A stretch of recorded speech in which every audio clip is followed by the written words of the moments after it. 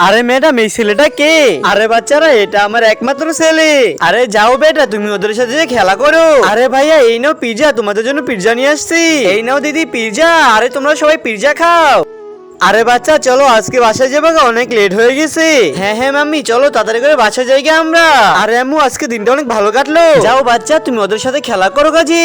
আরে দিদি, এই নাও তোমাদের জন্য পেন্সিল নিয়ে আসছি, তুমি একটা পেন্সিল নাও, তুমিও একটা নাও। আরে আজকে দিনটা আমাদের ভালোই কাটলো। আরে বাচ্চা, চলো বাসায় যাবো গা, আমাদের সময় হয়ে গেছে। বাই বাই বন্ধুরা, আমি আজকে চলে যাচ্ছি।